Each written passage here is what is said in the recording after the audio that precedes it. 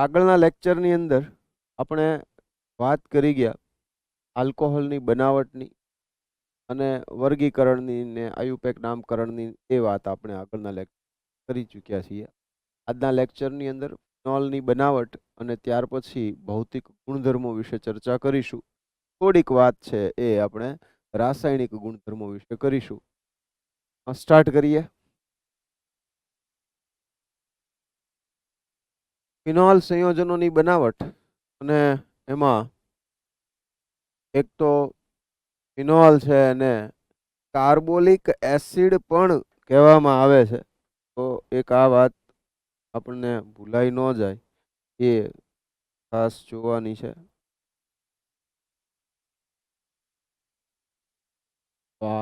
કાર્બોલિક acid phenol છે એનું બીજું નામ છે કાર્બોલિક એસિડ છે.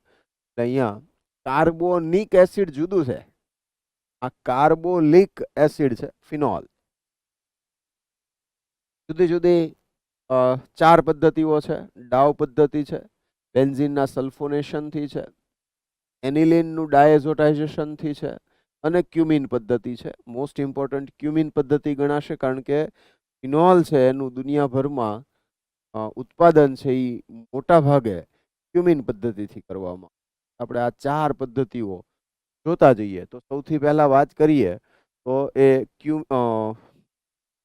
ડાવ પ્રોસેસ જે આપણે 11મા ચેપ્ટરમાં જોઈ ગયા હતા. અહીંયા ફરીથી વાત કરીએ આપણે તો ડાવ પ્રોસેસની અંદર ક્લોરોબેન્ઝીન લઈ અને તેની NaOH સાથે પ્રક્રિયા કરાવવામાં આવે તો 623 કેલ્વિન તાપમાન અને 300 વાતાવરણ દબાણે પ્રક્રિયા કરવામાં આવે. કારણ કે ક્લોરોબેન્ઝીન છે તો બેન્ઝીન ઉપર Cl જે આવેલું છે તો Cl અને બેન્ઝીન છે આ લોન પેર વડે એ સંસ્પંદન થશે કે જેના કારણે આ બોન્ડ છે એ મજબૂત હશે, એટલે સરળતાથી નહીં તૂટે, એટલે પ્રક્રિયા પણ એ સહેલાઈથી નહીં આપે.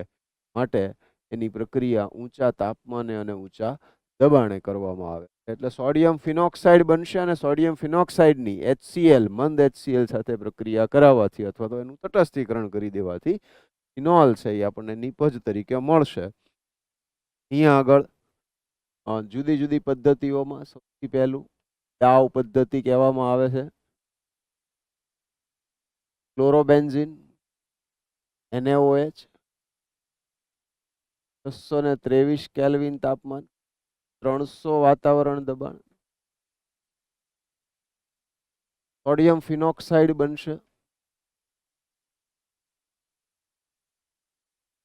માઇનસ એને પ્લસ સોડિયમ ફિનોક્સાઇડ મળશે અને ત્યાર પછી એનું મંદ HCl સાથેની પ્રક્રિયા કરાવીએ એટલે ફિનોલ તરીકે મળશે. આ પદ્ધતિને ડાવ પદ્ધતિ તરીકે પણ ઓળખવામાં. ક્લોરોબેન્ઝીનની NaOH સાથેની પ્રક્રિયા અને ત્યાર પછી HCl મંદ HCl અથવા તો કોઈ પણ H+ એસિડ જે પ્રોવાઈડ કરી શકે એવો. ત્યાર પછી બીજી પદ્ધતિ છે બેન્ઝીનનું સલ્ફોનેશન. તો બેન્ઝીનનું સલ્ફોનેશન ઓલિયમ વડે કરવામાં આવે, એટલે કે બેન્ઝીન છે એની સાંદ્ર H2SO4 પ્લસ SO3 જેને ઓલિયમ કહેવામાં આવે. તો આ બેન્ઝીન ઉપર SO3H બેન્ઝીન સલ્ફોનિક એસિડ અને આ બેન્ઝીન સલ્ફોનિક એસિડની NaOH સાથે પ્રક્રિયા કરાવવામાં આવે અને ત્યાર પછી તટસ્થીકરણ એટલે મંદ એસિડ સાથે પ્રક્રિયા કરાવીએ એટલે નિપજ તરીકે આપણને ફિનોલ છે એ મળે.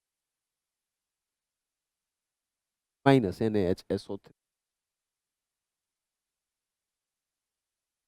તો આ ફિનોલની બીજી રીત થઈ ગઈ.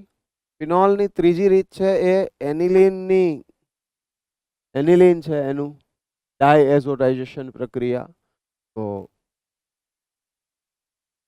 એનિલિન બેન્ઝીન ઉપર NH2 અને તેની સોડિયમ નાઇટ્રાઇટ NaNO2+ HCl સાથે પ્રક્રિયા કરાવવામાં એટલે HNO2 મળશે. ટેમ્પરેચર આમાં 0 થી 5 ડિગ્રી સેલ્સિયસ રાખવું પડે, કારણ કે બેન્ઝીન ડાયઝોનિયમ ક્લોરાઇડ એ નીચા તાપમાને સ્થાયી છે, ઊંચા તાપમાને અસ્થાયી છે. આની પ્રક્રિયા કેવી રીતે થાય છે, એટલે મિકેનિઝમના પોઈન્ટ ઓફ વ્યૂ વાત કરીએ તો એ આપણે 13મો ચેપ્ટર એમાઇન્સની અંદર આપણે સેમ રિએક્શન માટે ત્યાં વાત કરીશું મિકેનિઝમ. અને તો આને ગરમ પાણી, હુંફાળું ગરમ પાણી એમ કેવું જોઈએ, તો ગરમ પાણી, સહેજ ગરમ પાણી સાથે પ્રક્રિયા કરાવવામાં આવે એટલે ત્યાંથી OH ફિનોલ બનશે પ્લસ N2 પ્લસ HCl. આ રીતે આપણને ફિનોલ છે એ નિપજ તરીકે ગરમ પાણી. બેન્ઝીન ડાયઝોનિયમ ક્લોરાઇડ સાથેની પ્રક્રિયા, બેન્ઝીન ડાયઝ આપણને ફિનોલ છે એ નિપજ તરીકે મળશે પ્લસ N2 પ્લસ. તો આ મેઇન 3 રીતો જે છે, સોરી આ 3 રીતો, અને હવે આવશે એ મુખ્ય રીત આવશે ક્યુમિનમાંથી. આ 3 પદ્ધતિઓ થઈ ગઈ, ક્લોરોબેન્ઝીનમાંથી, બેન્ઝીનના સલ્ફોનેશનથી અને એનિલિનનું ડાયએઝોટાઇઝેશન, અને ત્યાર પછી ગરમ પાણી સાથે. આ 3 રીતે ફિનોલ બનાવી શકાય, પણ દુનિયામાં મોટા ભાગે કંપનીઓ જે મોટી ઇન્ડસ્ટ્રીયલ પ્રોડક્શન છે ફિનોલનું, એ કરવામાં આવે છે ક્યુમિન પદ્ધતિ. હવે એ જોઈ લઈએ.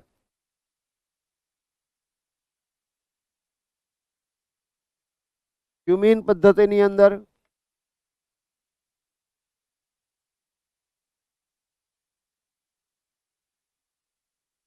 તો ક્યુમિનમાં બેન્ઝીન અને તેની, અમે એક સ્ટેપ વધારી દીધું છે બુક કરતા, આઇસોપ્રોપાઇલ ક્લોરાઇડ સાથે પ્રક્રિયા કરાવવામાં આવે. નિર્જળ AlCl3 ની હાજરીમાં ટેમ્પરેચર લખવું હોય તો 80 ડિગ્રી. બરાબર. તો આ નિર્જળ AlCl3 ફ્રીડલ ક્રાફ્ટ પ્રક્રિયા થઈ ને પહેલા સ્ટેપમાં 80 ડિગ્રી સેલ્સિયસ. તો આપણને આઇસોપ્રોપાઇલ બેન્ઝીન એટલે કે ક્યુમિન, ક્યુમિન એ પ્રચલિત નામ છે.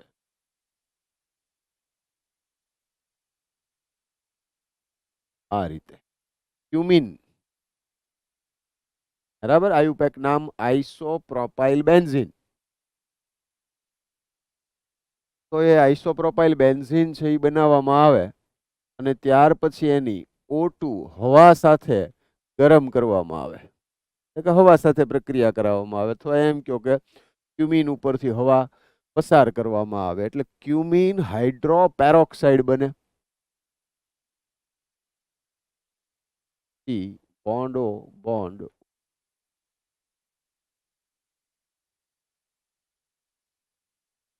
અને કહેશું ક્યુમિન હાઇડ્રોપેરોક્સાઇડ, હાઇડ્રો.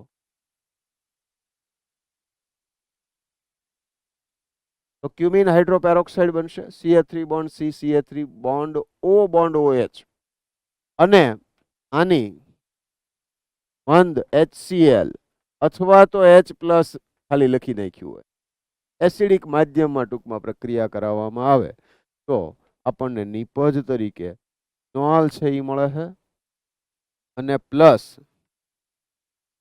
CH3COCH3 એસિટોન નિપજ તરીકે.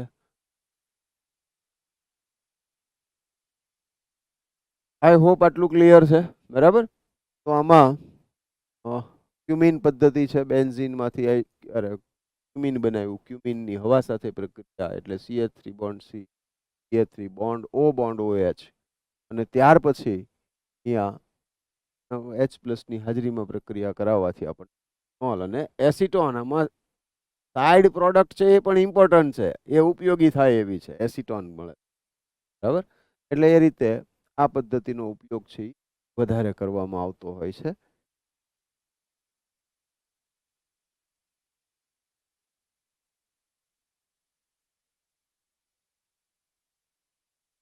લખતા જજો.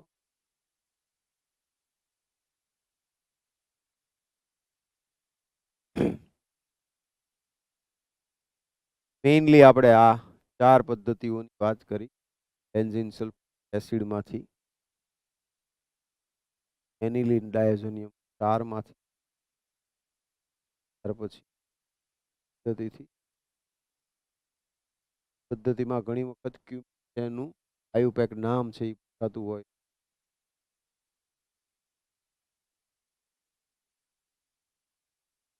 કેટલાક પ્રશ્નો જે લગભગ આપણે આગળ ચર્ચા કરી ચૂક્યા છીએ આલ્કોહોલની પ્રિપરેશન મેથડની અંદર, એટલે અહીંયા આગળ આપણે બહુ વાત નહીં કરીએ. મિથેનાલ સાથેની પ્રક્રિયા છે યોગ્ય ગ્રિગ્નાર્ડ પ્રક્રિયક, તો મિથેનાલ HCHO ની પ્રક્રિયા થાય RMGX. એટલે યાદ આમ રાખો કે RMGX છે અને એની HCHO સાથે રિએક્શન થાય છે તો આપણને R bond CH2O minus MgX plus બનાવશે અને પછી જળ વિભાજન થશે એટલે R બોન્ડ CH આમ. તો આ જે CH2OH આવ્યો એ તો HCHO જે છે CH2O એમાંથી જ બન્યો છે. એનો અર્થ કે અહીંથી આમ કટ કરી નાખો તો તમને એ R અને MgX આવી જાય. અહીંયા આગળ CH2OH છે, અહીંથી કટ કરી નાખો. આ શું થઈ ગયું તમારું? R થઈ ગયો. MgX મૂકી એમ. આ CH2OH છે તો અહીંથી કટ કરી નાખો. આ રિંગ ઉપર MgX.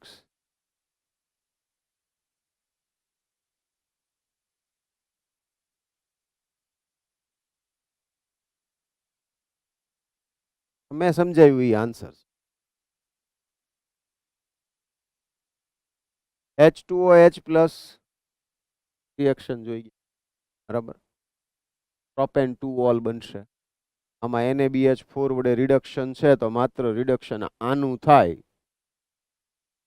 રિડક્શન જે છે આનું થશે બરાબર. COOCH3 એસ્ટરનું નહીં થાય. એવું જ અહીંયા થશે. આલ્ડીહાઇડનું રિડક્શન આના વડે CH2H બને CHOH.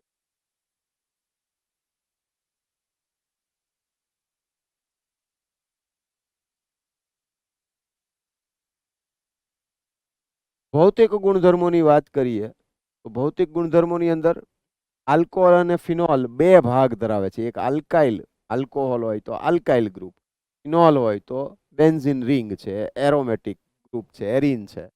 એ બે ભાગ છે કે જે બંને અધ્રુવીય હોય, પરંતુ હાઇડ્રોક્સિલ OH ગ્રુપ છે એ ધ્રુવીય છે અને એ ધ્રુવીય હોવાને કારણે ત્યાં હાઇડ્રોજન બંધ બને છે. એના કારણે અણુ વચ્ચેનું આંતરાણવીય આકર્ષણ બળ હોય છે. તેના કારણે આલ્કોહોલ કે ફિનોલ જેવા સંયોજનો છે એના ઉત્કલન બિંદુ જોવા મળે છે. એટલે એના વિશે આપણે આની અંદર વાત કરીએ તો આ પહેલું ઉત્કલન બિંદુ તો મેં હમણાં વાત કરી એમ R બોન્ડ OH છે તો એની તમારે તો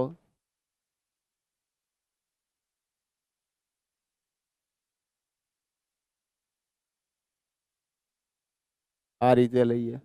એક આલ્કોહોલ અને બીજા આલ્કોહોલ વચ્ચે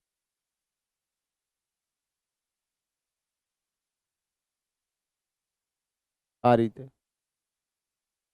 બરાબર. તો આ બંને જે છે એ બે જુદા જુદા આલ્કોહોલના અણુઓ વચ્ચે હાઇડ્રોજન બંધ છે. એટલે આવો જે હાઇડ્રોજન બંધ છે એને કહેવાય આંતર આણ્વીય હાઇડ્રોજન બંધ. આંતર આણ્વીય હાઇડ્રોજન.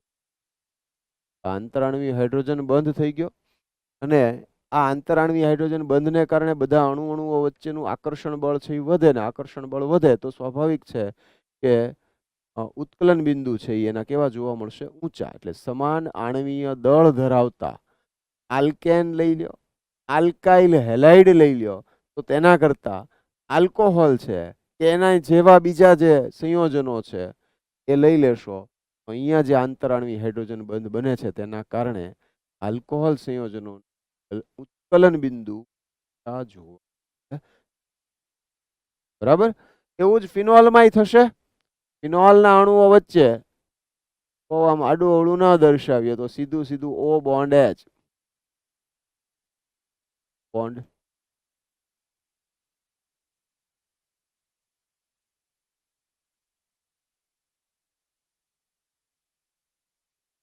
આમ થઈ જશે.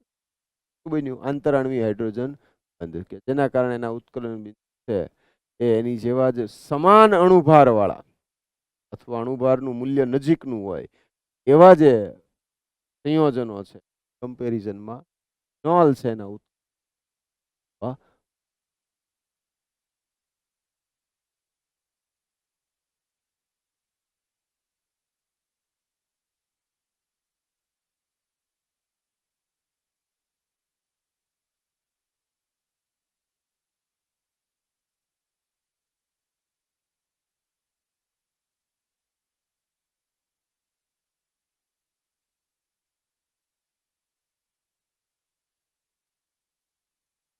દાખલા તરીકે અહીંયા આપણને અણુભાર અને ઉત્કલન બિંદુ બે આપેલા છે. ઉદાહરણ છે ઇથેનોલ C2H5OH અને CH3OCH3. આ બેવના તમે જો અણુસૂત્ર લઈ લો તો એ સરખા થાય, એટલે અણુભાર સરખો હોવાનો. આનું 46 છે અને આનો અણુભાર 46 છે. પણ અહીંયા ઇથેનોલ છે એમાં હાઇડ્રોજન બંધ બનશે, એના કારણે એનું ઉત્કલન બિંદુ 351 કેલ્વિન છે. ઈથરમાં આવો કોઈ હાઇડ્રોજન બંધ બનતો નથી, તો એનો અણુભાર છે એ બસ. બરાબર.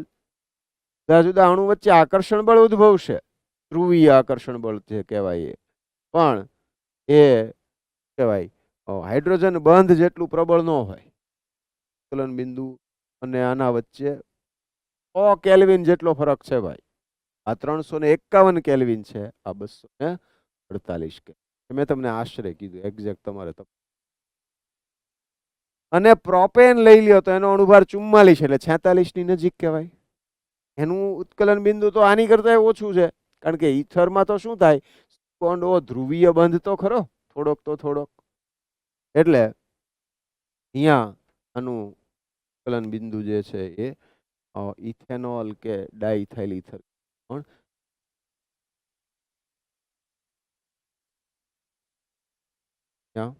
આલ્કોહોલ સંયોજનોના ઊંચા ઉત્કલન બિંદુ મુખ્યત્વે આંતર આણ્વીય હાઇડ્રોજન બંધની હાજરીના કારણે હોય છે, જે ઇથર હાઇડ્રોકાર્બન કેવા હોય છે, ગેરહાજર હોય છે. આને લગતો થઈ ચૂકેલો છે નીટમાં કે JEE એ જગ્યાએ એવું કંઈક.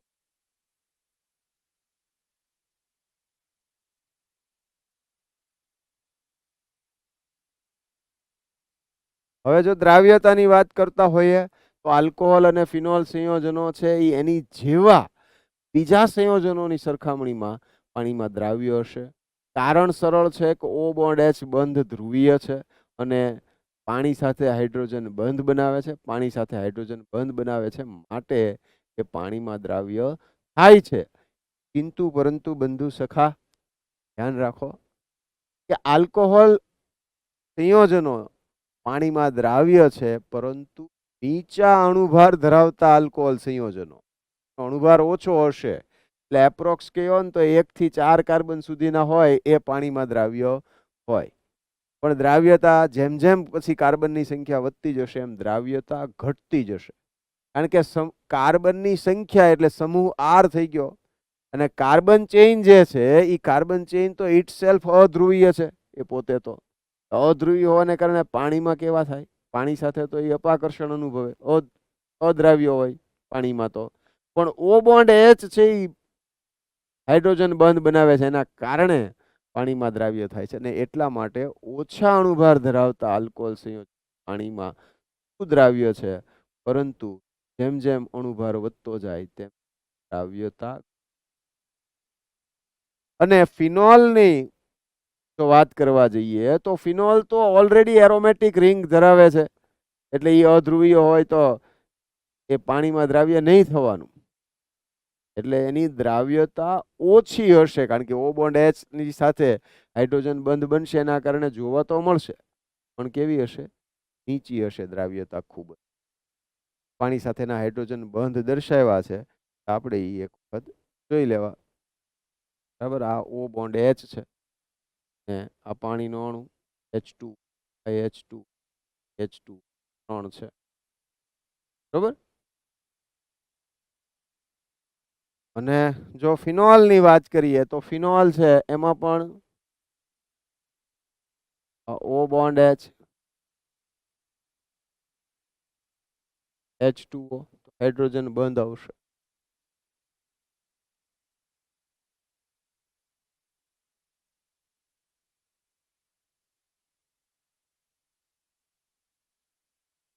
એ તો પછી તમે તમારી રીતે પાણી સાથે હાઇડ્રોજન,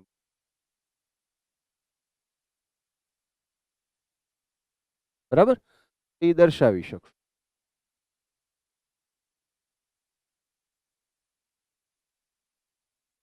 બરાબર, તો અહીંયા આ પાણી સાથેના હાઇડ્રોજન બંધને કારણે પદાર્થ છે એ પાણીમાં દ્રાવ્ય હશે, પણ એરોમેટિક ગ્રુપ આવે તો એ દ્રાવ્યતા પાણીમાં બહુ ઓછી હોય, એટલે ફિનોલની પાણીમાં દ્રાવ્યતા ઓછી હોય કમ્પેર ટુ આલ્કોહોલ. આલ્કોહોલ આની કમ્પેરિઝનમાં વધુ દ્રાવ્ય હશે, કારણ કે આલ્કાઇલ આર જે છે એ એનો પાર્ટ પ્રમાણમાં નાનો હશે ત્યાં સુધી, તો એ કાર્બન ચેઇન વધતી જશે તો એની દ્રાવ્યતા ઘટતી જશે.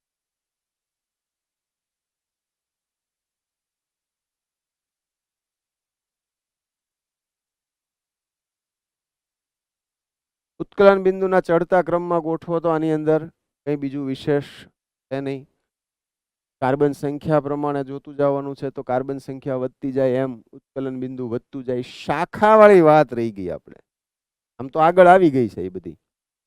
જેમ જેમ શાખા વધતી જાય એમ આંતર આણ્વીય આકર્ષણ બળ ઘટતું જાય અણુ અણુ વચ્ચેનું, અને એના કારણે ઉત્કલન બિંદુ ઘટતા જાય. ઉત્કલન બિંદુ અને જે શાખાઓ છે કાર્બન શૃંખલામાં, તો એ બે એકબીજાના વ્યસ્ત ચલનમાં હોય. શાખા વધતી જાય એમ ઉત્કલન ઘટતું. તો અહીંયા અને કાર્બનની સંખ્યા સાથે તો એ પણ વ્યસ્ત ચલનમાં થશે. કાર્બનની સંખ્યા વધતી જશે એમ સોરી ઉત્કલન બિંદુ વધતું જશે, પાણીમાં દ્રાવ્યતા ઘટતી જશે. એમ આવશે. અહીંયા આગળ તમારે અહીંયા કાર્બનની સંખ્યા પ્રમાણે તમારે ગોઠવવાનું છે.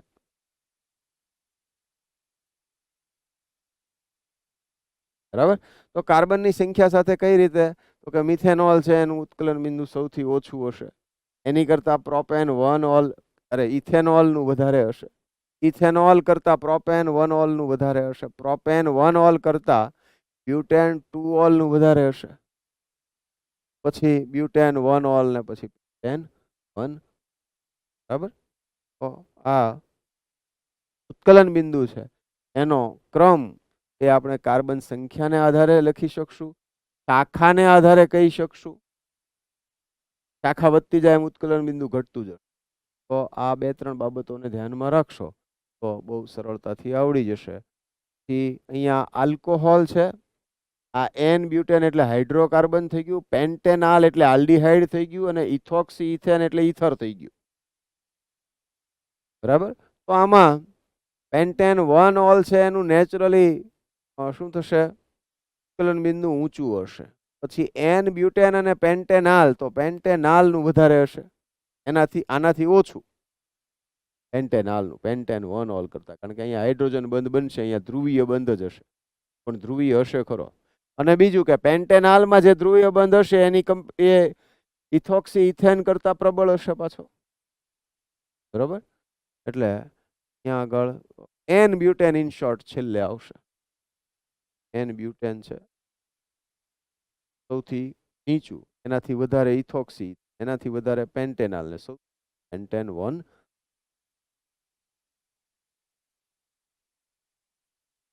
આપેલું છે. ઓકે, તો અહીંયા આગળ ફિઝિકલ પ્રોપર્ટીઝની વાત જે છે એ પણ પૂરી થાય છે. આગળ આપણે જો વાત કરીએ તો રાસાયણિક ધર્મોની વાત કરીએ. રાસાયણિક પ્રક્રિયાઓ, આલ્કોહોલ સંયોજનો છે એ સર્વતોમુખી સંયોજનો વાપર્યો છે. આપણે એને સિમ્પ્લિફાઈડ કરીએ તો કેન્દ્રાનુરાગી અને ઇલેક્ટ્રોનુરાગી બંને પ્રક્રિયક તરીકે વર્તે છે. કેન્દ્રાનુરાગી પ્રક્રિયક તરીકે આલ્કોહોલ સંયોજન હોય તો એ આર બોન્ડ OH નો ઓક્સિજન, કેન્દ્રાનુરાગી એટલે કેન્દ્રને આકર્ષતો હોય, એ ઇલેક્ટ્રોન દાન કરી અને જોડાશે એ રીતે આવે. એટલે આર બોન્ડ OH છે એનું કાર્બોકેટાયન સાથે, તો અહીંયા આગળ થશે આર બોન્ડ OH ની કાર્બોકેટાયન સાથેનું પ્રક્રિયાથી કાર્બોકેટાયન છે એને ઇલેક્ટ્રોન યુગ્મ આપીને એની સાથે બંધથી જોડાશે અને પછી આ H પ્લસ દૂર થઈ જાય, આર બોન્ડ બોન્ડ CM બનશે. ત્યાં આગળ પ્લસ H આવું થશે, બરાબર. અને કેટલીક જગ્યાએ ઇલેક્ટ્રોન અનુરાગી પ્રક્રિયક તરીકે વર્તે, તો એમાં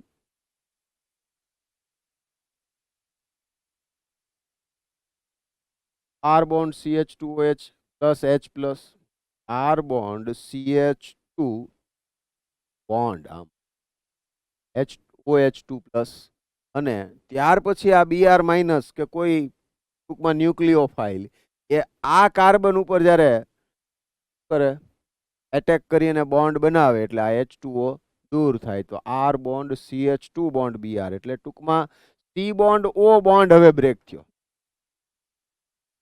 O bond H bond break થતો હોય તો એ કેન્દ્રાનુરાગી થઈ ગયું, અને C બોન્ડ O બંધ તૂટશે તો એ ઇલેક્ટ્રોન અનુરાગી થશે. તો એ રીતે O બોન્ડ H અને C બોન્ડ O બંધ તૂટવાના આધારે આલ્કોહોલ અને ફિનોલ સંયોજન ક્રિયાઓને બે વર્ગો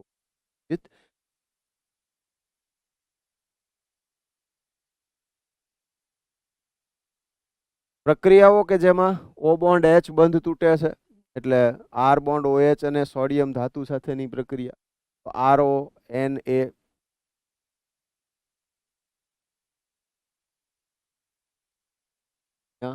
2 mole of R bond OH plus sodium, sodium ધાતુ સાથેની પ્રક્રિયા છે, તો છે આમાં RO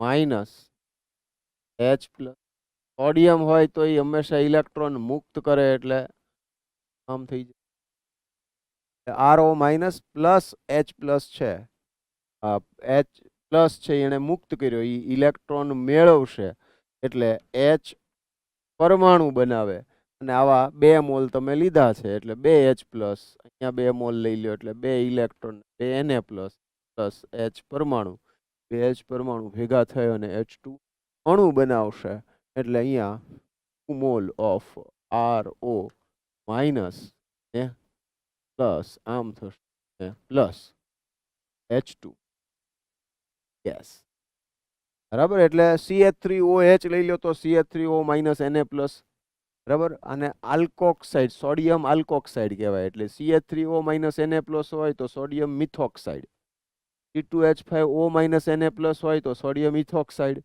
અને H2 વાયુ મુક્ત થશે. એટલે લેબમાં તમે પ્રેક્ટિકલ કરતા હો તો તમે લિક્વિડ લીધું ઇથેનોલ નહીં, લેબમાં કોઈ વસ્તુ મોઢામાં નહીં નાખવાની, એટલે ખબર હોય કે આ ગ્લુકોઝ છે, ચાલો નહીં કરો લેબોરેટરીમાં.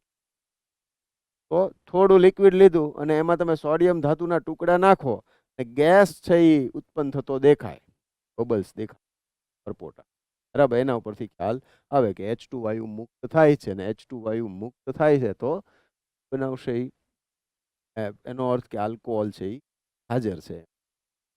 અને એલ્યુમિનિયમ સાથેની રિએક્શન, એલ્યુમિનિયમ ધાતુ સાથે, તો CH3 થ્રાઇસ OH લઈ લેવામાં આવે, ટર્શરી બ્યુટાઇલ આલ્કોહોલ, બરાબર. અને એલ્યુમિનિયમ સાથેની સંતુલન માટે અહીંયા 2 મોલ 6 મોલ, તો શું થઈ જશે, એલ્યુમિનિયમ શું કરે, Al+3 બનાવે, 3 ઇલેક્ટ્રોન મુક્ત થાય, પણ આગળ 2 મોલ છે એટલે ટોટલ 6 ઇલેક્ટ્રોન આવશે. તો આ જે છે એ આ H પ્લસ 6 મોલ લીધા છે એટલે 6H પ્લસ, એટલે 3 મોલ H2 થઈ ગયા એક તો આમ, બરાબર. અને આ CH3 thrice CO minus M ખબર પડે આમ નામ,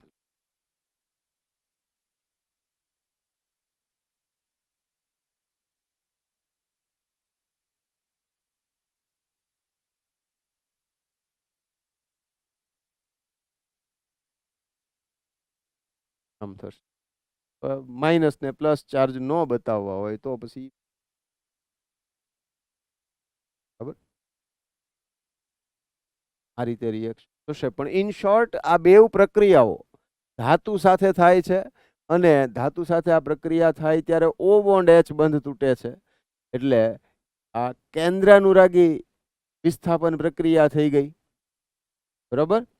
કેન્દ્રાનુરાગી વિસ્થાપન પ્રક્રિયા. બીજી રીતે સમજીએ તો આ H+ મુક્ત કરે છે, માટે એસિડ બેઝ પ્રક્રિયા પણ કહી શકાય, અથવા તો આલ્કોહોલ સંયોજન એ સ્વભાવે એસિડિક ગુણધર્મ ધરાવે છે એમ કહી શકાય.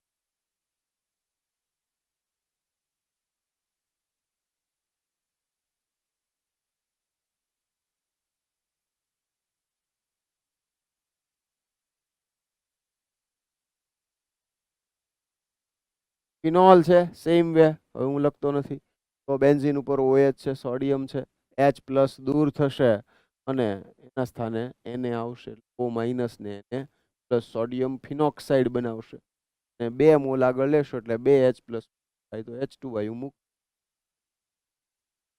ફિનોલ સંયોજનો જલીય સોડિયમ હાઇડ્રોક્સાઇડ સાથે પ્રક્રિયા કરી અને સોડિયમ ફિનોક્સાઇડ બનાવે છે. એટલે અહીંયા આ રીતે પણ બનશે. એટલે કે NaOH સાથે જેમ સોડિયમ ધાતુ સાથે જે સોડિયમ ફિનોક્સાઇડ બનાવ્યું એ જ વસ્તુ NaOH સાથે પણ NaOH છે સાથે થશે, એટલે ફિનોલ છે એ પણ હવે કેવો આલ્કોહોલ અને ફિનોલ સંયોજન એસિડિક છે.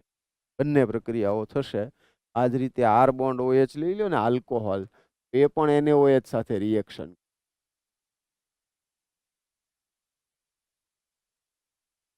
RO- Na+,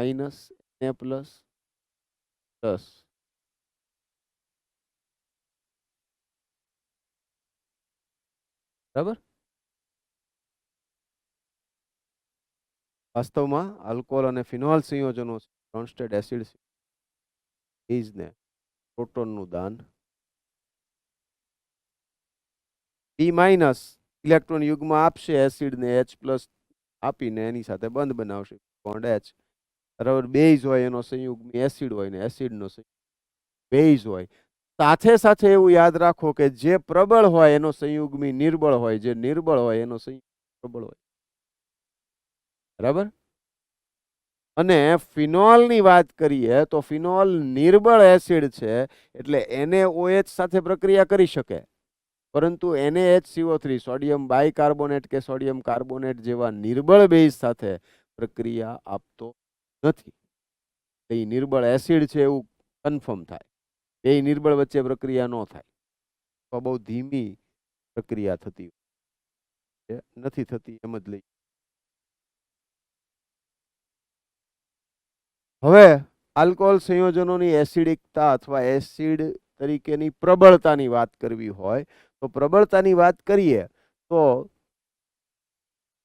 સૌથી પહેલા એસિડ બેઝ વાળો જે પાર્ટ છે આપણો, જે આપણે 11th ભણી ગયા છીએ, એની અંદર આપણે એસિડની વિશેની સંપૂર્ણ માહિતી અથવા તો ટોપિક ત્યાં કવર કરેલો છે.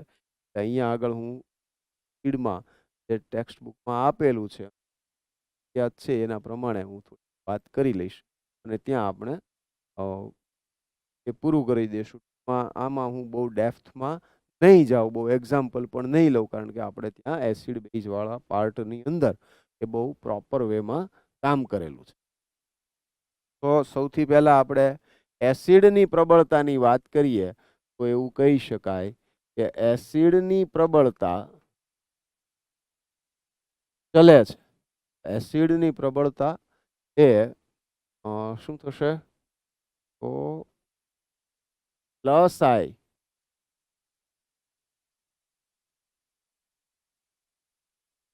-I કે -M સમૂહ જે હોય એના સમચલનમાં છે,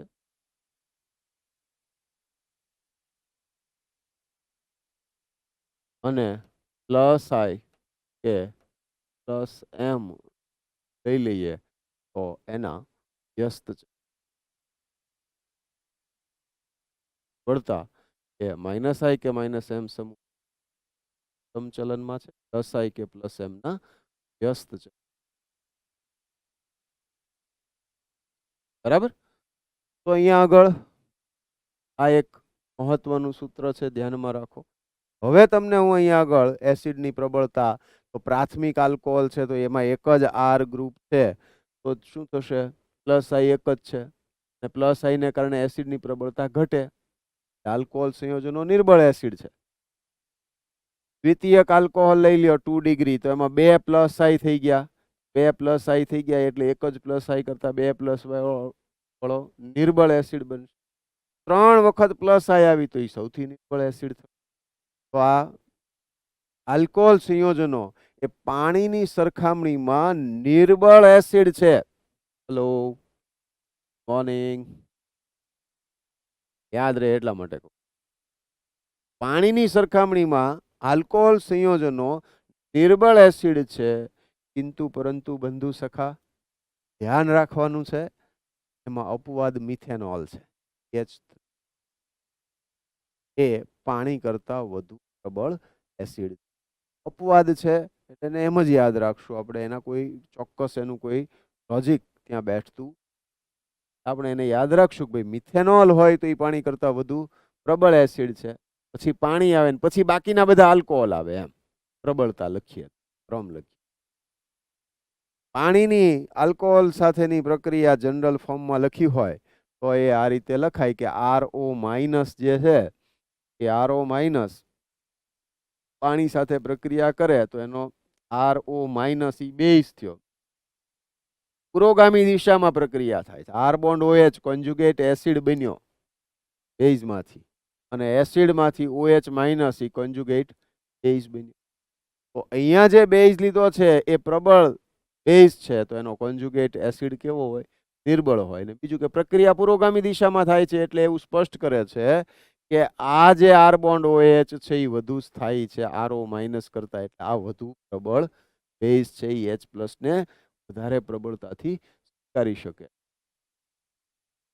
R બોન્ડ OH પાણીમાંથી H+ સ્વીકારે છે ને, તો પાણીએ તો H+ આપ્યો, તો જે H+ આપે તે એસિડ, એટલે પાણી જે છે એ વધારે પ્રબળ એસિડ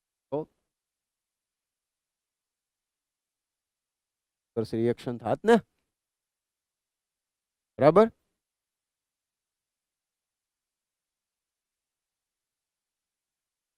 બાકી સોરી બ્રોન્સ્ટેડ વાળી વાતો છે, તો એ આઈ હોપ કે એટલું તમને આવડે એમ. એ ઇલેક્ટ્રોન યુગમાં આપે છે એ પોતે શું બેઝ થઈ ઇલેક્ટ્રોન યુગ સ્વીકારે છે. બીજું આલ્કોહોલ અને ફિનોલ સંયોજનોની એસિડ તરીકેની પ્રબળતા છે એની સરખામણી કરવી હોય તો એક તો નોર્મલ વેમાં ફિનોલ જે છે એ ફિનોલમાં આ રીતનું સંસ્પંદન છે એ થતું હોય, પણ આમાં ધાતુ સાથેની પ્રક્રિયા લખી છે, સોડિયમ, એલ્યુમિનિયમ, મેગ્નેશિયમ. એટલે આપણને બોર્ડમાં પૂછી શકાય, ગુજકેટ કે નીટ કે JEE માં પૂછી શકાય. ભલે એને રિએક્શન લખીને ન આપ્યું હોય, પણ જો સાદી ભાષામાં લખીને આપ્યું છે. કૃપયા ધ્યાન में रख.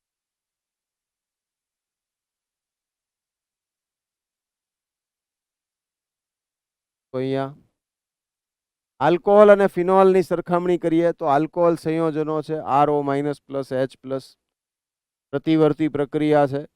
આલ્કોક્સાઇડ આયન જે બને છે એ આલ્કોક્સાઇડ આયન અસ્થાયી હોય, કારણ કે એમાં કોઈ પણ પ્રકારનું સંસ્પંદન થતું નથી. કિંતુ પરંતુ ફિનોક્સાઇડ આયન લઈ લો તો એમાં જે આ લોન પેર છે એ બેન્ઝીન સાથે માઇનસ ચાર્જ જે આવશે બેન્ઝીનમાં સંસ્પંદન દ્વારા સ્થાયી થશે, એટલા માટે ફિનોલ એ આલ્કોહોલ કરતા વધુ પ્રબળ એસિડ વધુ છે, બરાબર. આ સિવાય sp2 સંકરણ ને વિદ્યુત ઋણતા ને બધું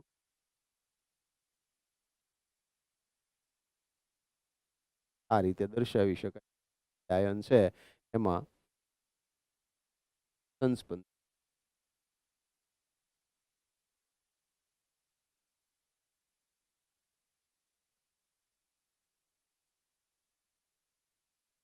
અહીંયા વાત કરી દઈએ તો થશે કે ફિનોલ સંયોજનો છે એની અંદર નાઇટ્રો સમૂહ જેવા ઇલેક્ટ્રોન આકર્ષક આપણે પહેલા જ વાત કરી માઇનસ આઈ કે માઇનસ એમ સમૂહ હોય તો એની હાજરીમાં એસિડની પ્રબળતા વધે. એની હાજરીમાં ફિનોલની એસિડિક પ્રબળતામાં વધારો થાય છે. આવા સમૂહ ઓર્થો અને પેરા સ્થાનમાં હોય તો માઇનસ એમ અસર દર્શાવે તો વધુ પ્રબળ બને અસર. આના કારણે ફિનોક્સાઇડ આયનમાં ઋણ વીજભાર અસરકારક રીતે વિસ્થાનીકૃત પામે છે. જેના કારણે સ્થિરતા વધે ઋણ આયનની આપી શકે.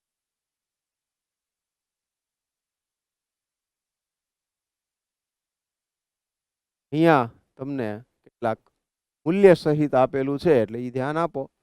ઓર્થો નાઇટ્રોફિનોલ છે એનો પી ઓફ કે વેલ્યુ 7.2 છે અને પેરા નાઇટ્રોફિનોલની 7.1 છે. એટલે પી ઓફ કે વેલ્યુ જેટલું ઓછું એનો અર્થ કે એટલી એસિડ તરીકેની પ્રબળતા વધારે. અહીંયા 7.1 છે પેરા નાઇટ્રોફિનોલ એટલે એક શું થઈ ગયો મોર એસિડિક થઈ વધારે પ્રબળ એસિડ એઝ કમ્પેર્ડ ઓર્થોનાઇટ્રોફિનોલ. ત્યાં રીઝન એવું દઈ શકીએ કે ઓર્થોનાઇટ્રોફિનોલમાં શું થશે બાજુમાં OH ને NO2 હશે એટલે હાઇડ્રોજન બંધ બનતો હશે. કયો આંતઃ આણ્વિક જેના કારણે એની એસિડ તરીકેની પ્રબળતા થોડીક ઘટે છે. બહુ મોટો ફેર નથી પડતો એ ધ્યાન રાખજો. મેટાનાઇટ્રોફિનોલમાં માત્ર માઇનસ આઈ દર્શાવશે NO2 એટલે એની એસિડ તરીકેની પ્રબળતા એ ઓર્થો પેરા વાળા કરતા ઓછી છે. ફિનોલ છે એ 10.0 કારણ કે ત્યાં કોઈ માઇનસ આઈ કે માઇનસ એમ હાજર નથી એટલે 10 છે. ઓર્થોક્રેસોલ અને પેરાક્રેસોલ ને મેટાક્રેસોલ ની વાત કરીએ તો પહેલા તો ક્રેસોલ એટલે બેન્ઝીન ઉપર CH3 અને OH. હવે જો એ ઓર્થો સ્થાનમાં હોય તો ઓર્થોક્રેસોલ, મેટામાં હોય તો મેટા અને પેરામાં હોય તો પેરાક્રેસોલ. તો ત્યાં મિથાઇલ સમૂહ છે એ પ્લસ આઈ અસર દર્શાવે હાઇપર કોન્જુગેશન. ઓર્થો પેરા ઉપર હાઇપર કોન્જુગેશન દેખાડે, મેટા ઉપર ન દેખાડે. મેટા ઉપર માત્ર પ્લસ આઈ હોય. માત્ર પ્લસ આઈ હોય એટલે આ 10.1 છે. અને ઓર્થો અને પેરામાં 10.2 છે કારણ કે એ હાઇપર કોન્જુગેશન મિથાઇલ આલ્કોહોલ ફેનોલ લઈ લો તો 9 જેટલી પી ઓફ કે મૂલ્ય છે એટલે એસિડની પ્રબળતા એવી કહેવાય ઓછી કે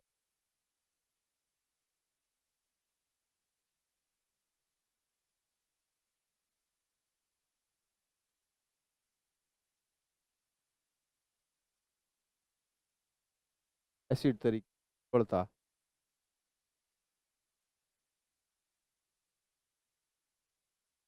બરાબર ને.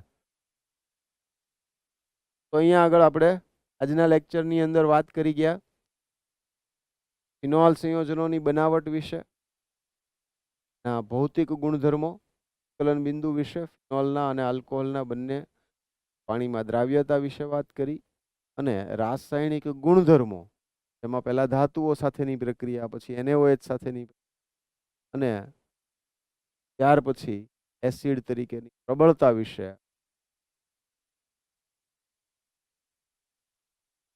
આ લેક્ચર. બરાબર. Next lecture